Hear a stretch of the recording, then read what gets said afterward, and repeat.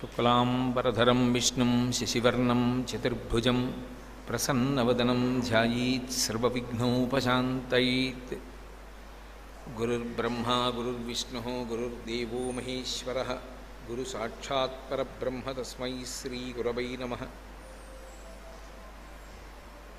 వ్యాసాయ విష్ణురూపాయ వ్యాసరూపాయ విష్ణవే నమో వై బ్రహ్మనిధయే వాసిష్ఠాయ నమో నమః. కూజంతం రామ రామేతి మధురం మధురాక్షరం ఆరుహ్య కవితాశాఖాం వందే వాల్మీకికోకిలం. శృతిస్మృతిపురాణానాం ఆలయం కరుణాలయం నమామి భగవత్పాదశంకరం లోకశంకరం.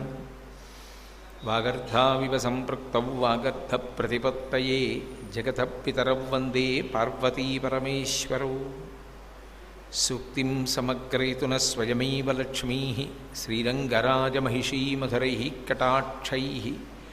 వైదగ్ధ్యవర్ణకునకుంభనగౌరవైర్యాం కండూలకర్ణకుహరాः కవయోధయంతి.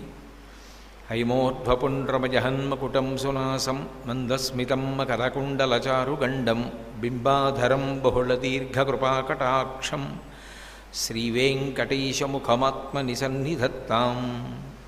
విమలపటి కమలకుటి పుస్తకరుద్రాక్షసస్తహస్తపుటి కామాక్షి పక్ష్మలాక్షి కలిత విపంచి విభాసి వైరించి. మనోజవం మరుతతుల్యవేగం జితేంద్రియం బుద్ధిమతాం వరిష్టం వాతాత్మజం వనరయూధముఖ్యం శ్రీరామదూతం శిరసా నమామి.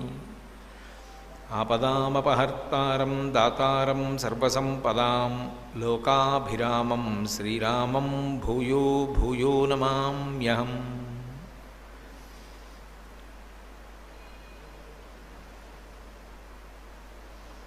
హరి ఓం. పరమేశ్వర స్వరూపైన సభకి నమస్కారం.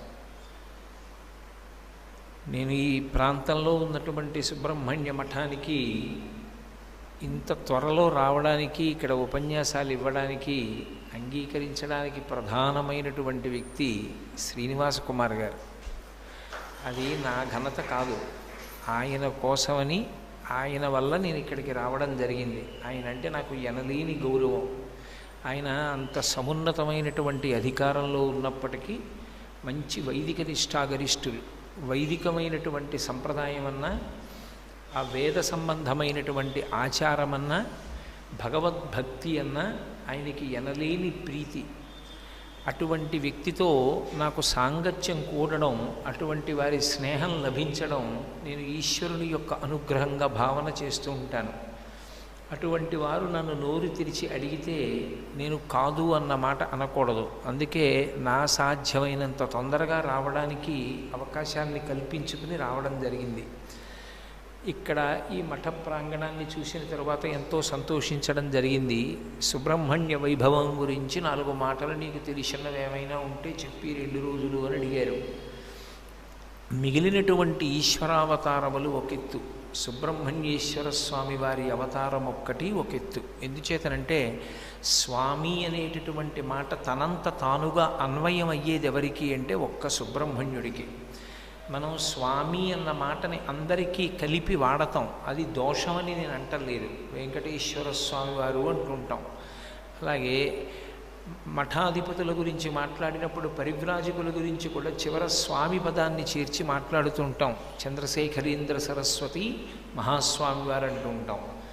కానీ స్వామి అని ఒక్క పదాన్ని ఉచ్చరించి విడిచిపెడితే స్వామి అన్న పదం తనంత తానుగా అన్వయం అయ్యేది ఎవరికి అంటే ఒక్క సుబ్రహ్మణ్యుడికే అన్వయం అవుతుంది. అమరకోశం అందుకే నిర్ణయం చేసి మాట్లాడుతుంది. స్వామి అంటే స్వం అంటే అన్నీ తనదిగా కలిగినటువంటి వాడు అని. సమస్తము తనదిగా కలిగిన వాడెవరు అంటే ఒక్క సుబ్రహ్మణ్యుడే. అంటే ఆయన జగత్పతి, ఆయన పరబ్రహ్మస్వరూపుడు. అటువంటి పరబ్రహ్మస్వరూపుడైనటువంటి సుబ్రహ్మణ్యేశ్వర స్వామి వారు అవతార స్వీకారానికి పూర్వం లేనివారు కాదు. ఆ తత్వము ఎప్పుడూ ప్రకాశిస్తూ ఉన్నదే. అది ఎలా ప్రకాశిస్తూ ఉన్నది అంటే అగ్ని సంబంధంగా ప్రకాశిస్తూ ఉండేది. అది ఒక అవతార స్వీకారం చేసి ఈ భూమి మీదకి రావడం జరిగింది. అవతారము అన్న మాటకి అర్థం కిందకి దిగి వచ్చుట అని. సుబ్రహ్మణ్య అవతారానికి ముందు జరిగినన్ని చిత్ర విచిత్రమైనటువంటి సందర్భాలు యథార్థానికి ఏ అవతారంలోనూ జరగలేదు. మిగిలిన ఏ అవతారం గురించి చెప్పడమైనా నిజానికి చాలా తేలిక. నేను ఇందాక కారులో వస్తూ మా గోపాలకృష్ణ గారితో అదే అంటున్నాను. ఏ అవతారం గురించి చెప్పడమైనా తేలికేనండి, ఒక్క సుబ్రహ్మణ్య అవతారం గురించి చెప్పడమే చాలా కష్టం. ఎందుచేత అంటే అనేకమైనటువంటి పురాణములలో ఉన్నటువంటి విషయాన్ని తీసి క్రోడీకరిస్తే తప్ప సుబ్రహ్మణ్య స్వామి వారి యొక్క అవతార ప్రశస్తిని గురించినటువంటి ఒక సమగ్రమైన స్వరూపము ఆవిష్కరింపబడదు. అంతటి పరమ పవిత్రమైనటువంటి అవతారము సుబ్రహ్మణ్యావతారము. ఆ సుబ్రహ్మణ్యుడిగా, స్కందుడిగా, విశాఖుడిగా, కుమారస్వామిగా, నైగమీషుడు అన్న పేరుతో, అనేక పేర్లతో, కార్తికేయుడు, ఇన్ని పేర్లతో ఆయనకి గుణముల చేత ఆయన సంబోధింపబడినవాడు కాడు. సాధారణంగా లోకంలో నామములన్నీ గౌణములు, అంటే ఒక గుణాన్ని వ్యక్తం చేయడం చేత ఈశ్వరుడు నామములు వస్తూ ఉంటాయి. కానీ సుబ్రహ్మణ్య సంబంధంగా మీరు విచారణ చేసినప్పుడు ఆయనకు వచ్చినటువంటి నామములలో ప్రధానమైన నామములు ఏవి ఉన్నాయో అవి గౌణములు కావు, అంటే గుణ సంబంధమైనటువంటివి కావు. అసలు ఆ అవతార స్వీకార సమయమునందు ఏర్పడినటువంటి వివిధ పరిణామములను దృష్టిలోకి తీసుకుని సుబ్రహ్మణ్యుడికి అనేకమైనటువంటి నామములు వచ్చాయి. ఇందులో మీరు కొంచెం జాగ్రత్తగా పరిశీలనం చేస్తే అసలు సుబ్రహ్మణ్యేశ్వర స్వామి వారు ఎక్కడ వెలిసి ఉన్నా కూడా ఒక మహాజ్ఞానిగా నిలబడి ఉంటాడు. ఆయన తనలో తాను రమించేటటువంటి స్వభావంతో ఉంటాడు. ఒక బాలుడిగా నిలబడి ఉంటాడు. అలా ఉండడానికి కారణం శంకర భగవత్పాదులు బ్రహ్మసూత్రాలకి భాష్యం చేస్తూ ఒక చోట అన్నటువంటి మాటని ఆధారం చేసుకుని సుబ్రహ్మణ్యేశ్వర స్వామి వారి యొక్క అవతార ప్రశస్తిని గురించి పరిశీలించడం జరిగింది పెద్దలు. మనకి త్రిపురా మాహాత్మ్యము అని చెప్పి ఒక ప్రత్యేకమైనటువంటి గ్రంథం, దాంట్లో మాహాత్మ్యకాండ అని ఒక కాండ. ఆ కాండలో సుబ్రహ్మణ్యావతారానికి సంబంధించినటువంటి ఒక విశేష రహస్యాన్ని చెప్పారు. మీరు సనత్కుమారాదులు నలుగురు బ్రహ్మజ్ఞానులు, వాళ్ళ గురించి విని ఉంటారు. ఆ నలుగురు బ్రహ్మజ్ఞానులు కనుక ఎప్పుడూ వాళ్ళు తమలో తాము రమిస్తూ తమ రక్షణ కొరకు భగవంతుని మీద మాత్రమే ఆధారపడి ఉండేటటువంటి స్వభావం ఉన్నవారు కనుక నిరంతరము బ్రహ్మమునందు రమించేటటువంటి లక్షణము వలన రెండుగా ఉండేటటువంటి స్వభావము వారి యందు లుప్తమైనటువంటి కారణం చేత జ్ఞానులై రమిస్తూ ఉంటారు. అటువంటి సనత్కుమారాచార్యుల వారు ఒకానొక రోజున నిద్రపోతూ ఉండగా వారికి స్వప్నం వచ్చింది. వారు నిద్రపోతూ ఉండగా అన్న మాటని జాగ్రత్తగా అన్వయం చేసుకోవాలి. సనత్కుమారులకు నిద్ర ఉండదు. ఎందుచేత నిద్ర ఉండదు అంటే లలితా సహస్రనామ స్తోత్రంలో వ్యాస భగవానుడు అమ్మవారి గురించి చెప్తూ ఒక నామం చెప్తాడు, సర్వావస్థ వివర్జిత అంటాడు. అన్ని అవస్థలను విడిచిపెట్టేటట్టుగా చెయ్యగలిగిన తల్లి కూడా ఆమెయే. అవస్థ అని ఒక మాట మనకి వేదాంతంలో, జాగ్రత్త ఒక అవస్థ, స్వప్నము ఒక అవస్థ, సుషుప్తి ఒక అవస్థ. జాగృత్ అంటే ఇంద్రియములన్నీ పనిచేస్తే జాగ్రత్తావస్థలో ఉన్నాడంటారు. కళ్ళు చూస్తూ, చెవులు వింటూ, ముక్కు వాసన చూస్తూ, నాలుగు రుచి చెప్తూ, స్పర్శేంద్రియమైనటువంటి చర్మము స్పర్శజ్ఞానమును పొంది ఉండి ముట్టుకున్నప్పుడు ఆ విషయాన్ని మనకి ఆవిష్కరిస్తే ఆయన జాగృతావస్థలో ఉన్నాడు అంటారు. స్వప్నావస్థ యందు ఇంద్రియముల యొక్క శక్తుల్ని మనసు తనలోకి లాక్కుంటుంది. ఇంద్రియములు పనిచేయడం మానేస్తాయి. అంటే కన్ను కొద్దిగా తెరిచి ఉన్నా కంటి ముందుకు తీసుకొచ్చి అతనికి ప్రియమైన వస్తువును ఉంచినప్పటికీ కన్ను చూడదు. కన్ను చూడదు అన్న మాటకు అర్థం కన్ను చూడలేదు అని కాదు, కన్ను చూసిన దానిని మనసు పట్టుకోదు. ఎందుకంటే కంటిలో ఉన్న చూడగలిగిన శక్తిని మనసు తనలోకి లాగేసుకుని ఆ కంటి శక్తి మనసు యందు విశ్రాంతి తీసుకుంటూ ఉంటుంది. అందుకే 5 ఇంద్రియములు పని చెయ్యవు, మనసు మాత్రం పనిచేస్తూ ఉంటుంది. అందుకే అది కలకంటుంది. తనకి ఇతపూర్వం ఉండిపోయినటువంటి వాసనా బలాన్ని దృష్టిలోకి తెచ్చుకుని దేని మీద రాగమున్నదో, దేని మీద ద్వేషమున్నదో దానిని దర్శనం చేస్తుంది. మనసు తనంత తానుగా స్వతంత్రించి దర్శనం చెయ్యగలిగినటువంటి స్థితికి స్వప్నావస్థ అని పేరు. మూడవది ఉంటుంది, అది సుషుప్తి అంటారు. ఇక మనస్సు కానీ ఇంద్రియములు కానీ పనిచేయవు. మనస్సు ఇంద్రియములు కూడా ఆత్మ యందు లయమైపోతాయి. అప్పుడు కేవలము ఆత్మ ఒక్కటే మిగులుతుంది. అది మోక్షానికి దగ్గరగా ఉంటుంది, కానీ మోక్షమును అనుభవించిన వాడు కాదు, అజ్ఞానముతో ఉంటాడు. కాబట్టి అది మోక్షావస్థ అని చెప్పడం కుదరదు, సుషుప్తి అంటారు. ఈ 3 అవస్థలలో తప్ప సామాన్యమైనటువంటి వ్యక్తికి 4వ అవస్థ ఉండదు.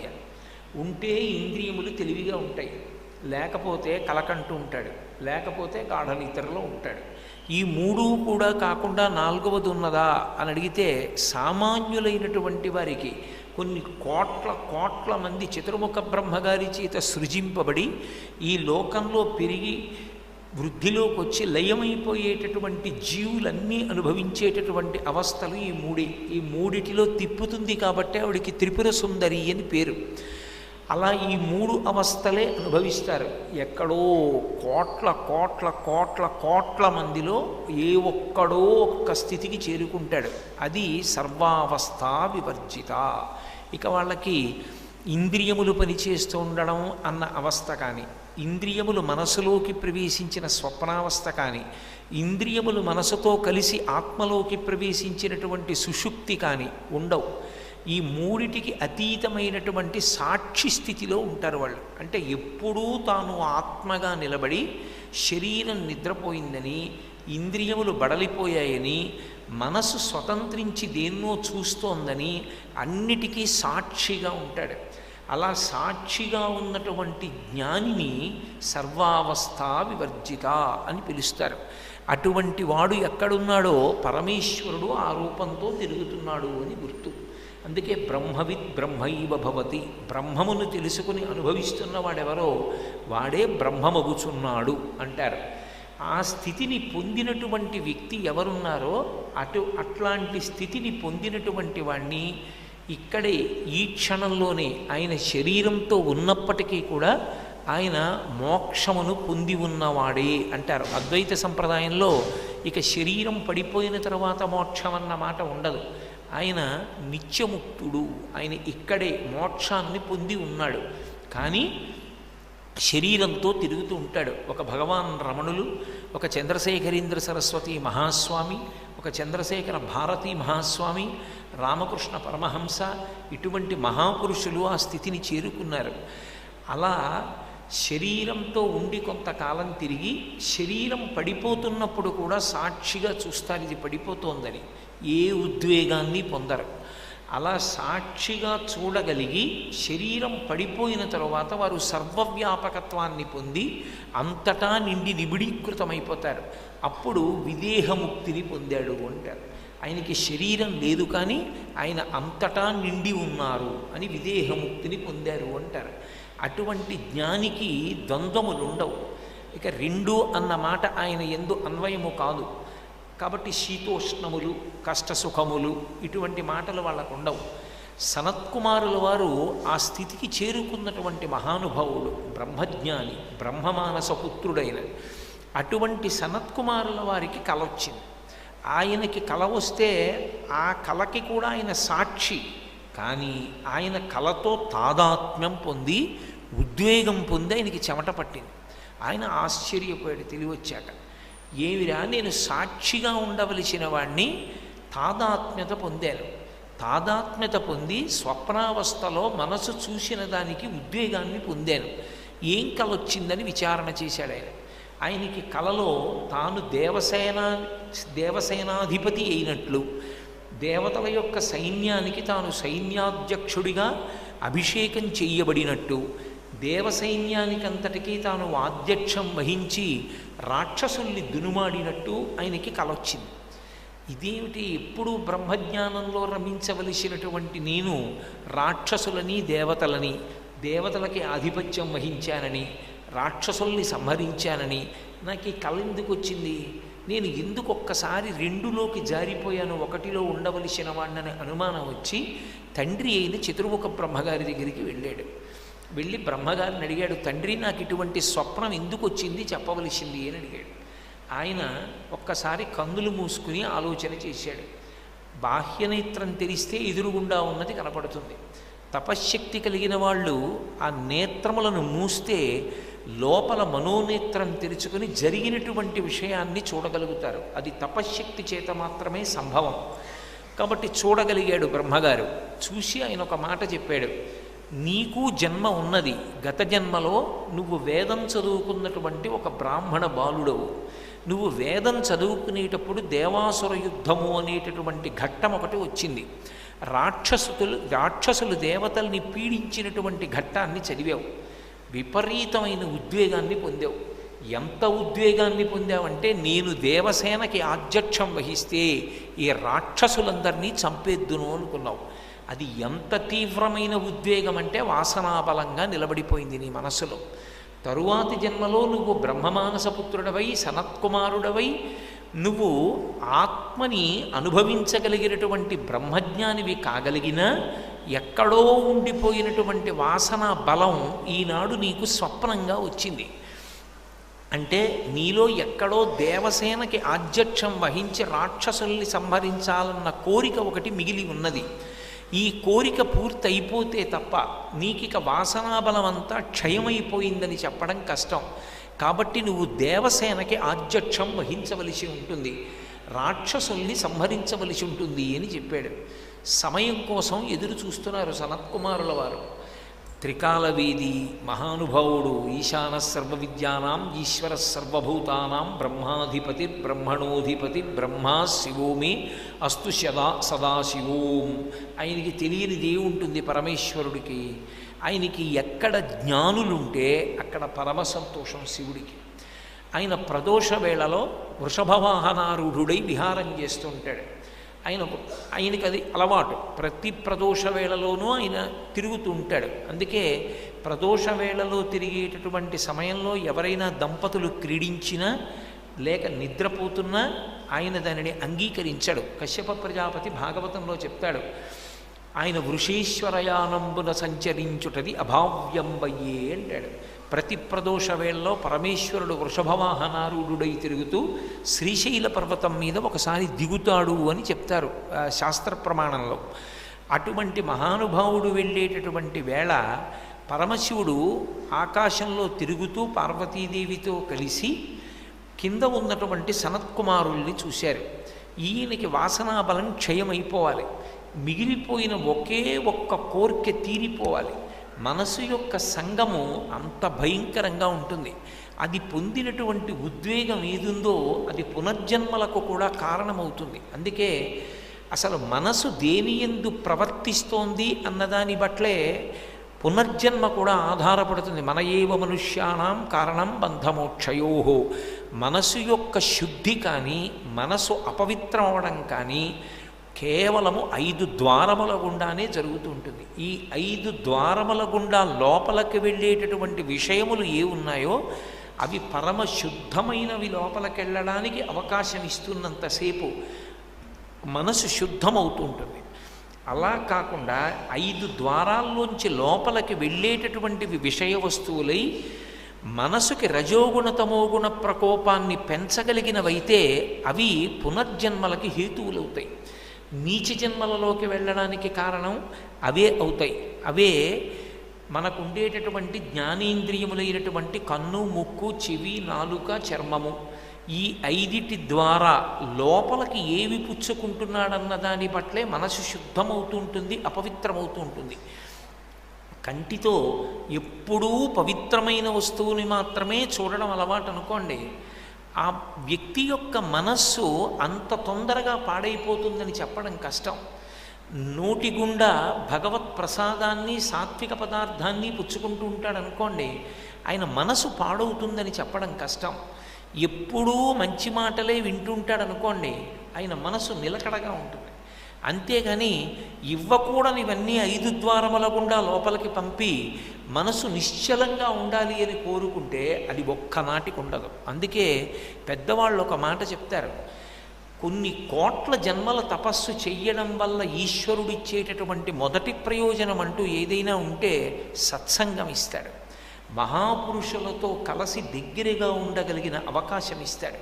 ఎందుకు ఇస్తాడు అంటే ఆయన ఏం చేస్తూ ఉంటాడో, ఆయన ఎలా ప్రవర్తిస్తూ ఉంటాడో, ఆయన దేని గురించి మాట్లాడుతూ ఉంటాడు అన్నది సంగము చేత ఆయన ఎక్కువగా మనసులోకి ప్రవేశిస్తాడు.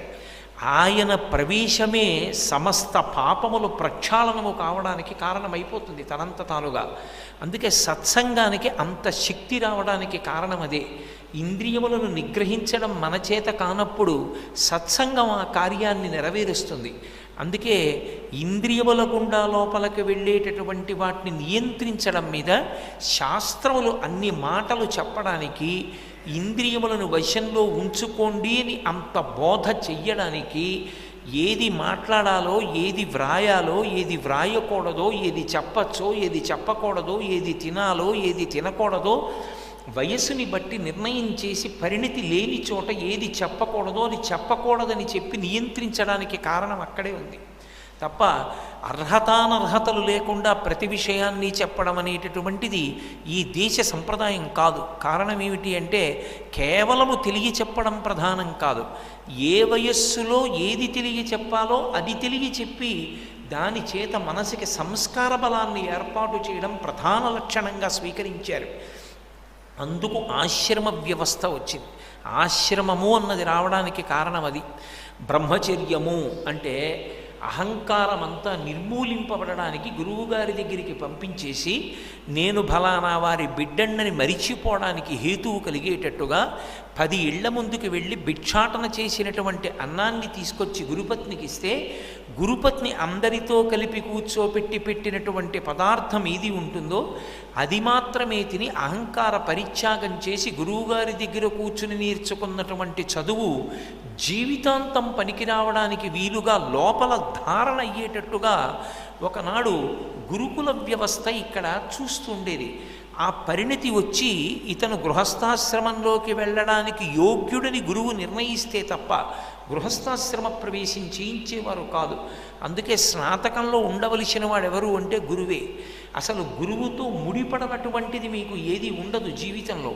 అంత గొప్ప స్థానాన్ని పొందేటటువంటి వాడెవరు అంటే గురువు ఒక్కడే. అందుకే తల్లిదండ్రులు కూడా ఎంత పెద్ద ప్రయోజనాన్ని ఇచ్చినా పునర్జన్మకి కారణమవుతారు ప్రేమ చేత. కానీ పునర్జన్మరాహిత్యానికి కూడా కారణమయ్యేవాడెవరు అంటే గురువు ఒక్కడే. అటువంటి దార్శనికుడై ఉంటాడు. అటువంటి సత్పురుషులు ఎక్కడుంటారో పరమశివుడికి అక్కడ పరమప్రీతి. శివుని యొక్క అనుగ్రహము ఎవరి యందు ప్రసరించి ఉంటుంది అంటే పరమభక్తి తత్పరులై వైరాగ్యంతో మనసులో ఏ విధమైనటువంటి కోరికలు లేకుండా నిరంతరం ధర్మాన్ని ఆశ్రయించి ఉండి, ఆ ధర్మాన్ని ఆశ్రయించి ఉన్నటువంటి కారణం చేత తన నడవడి యందు ఎప్పుడు ఇతరులకు హాని చెయ్యకుండా, స్వార్థం లేకుండా జ్ఞానమునందు రమించేవాడు ఎవరుంటాడో అటువంటి వాడి పట్ల శివుని యొక్క అనురక్తి తనంత తాను కలుగుతుంది. ఆయన ముచ్చట పడతాడు అటువంటి వాళ్ళ దగ్గరికి రావడానికి. అందుకని వృషభవాహనారూఢుడై అసుర సంధ్యవేళలో ఆకాశయానం చేస్తున్నటువంటి పరమశివుడు సనత్కుమారుల వారి దగ్గరికి వచ్చాడు. వచ్చి సనత్కుమారుల వారిని పలకరించాడు. సనత్కుమారుల వారు ఒకసారి పరమశివుడి వంక చూసి మిన్నకున్నారు. ఆయన నమస్కారం కూడా పెట్టలేదు. అయితే ఇది మనం విన్నప్పుడు అలా ఉండడం భావ్యమా అండి, పరమశివుడికి నమస్కారం చెయ్యొద్దా అని అనిపిస్తుంది. జ్ఞానమునందు రమించేటటువంటి వారి స్థితి ఒకలా ఉంటుంది. అందుకే జ్ఞాని సామాన్యుడికి ఎప్పుడూ పిచ్చివాడిగానే కనపడతాడు. అసలు మనకి ఏది అర్థం కాదో అదంతా పిచ్చి అంటూ ఉంటాం. పిచ్చివాడికి ఒక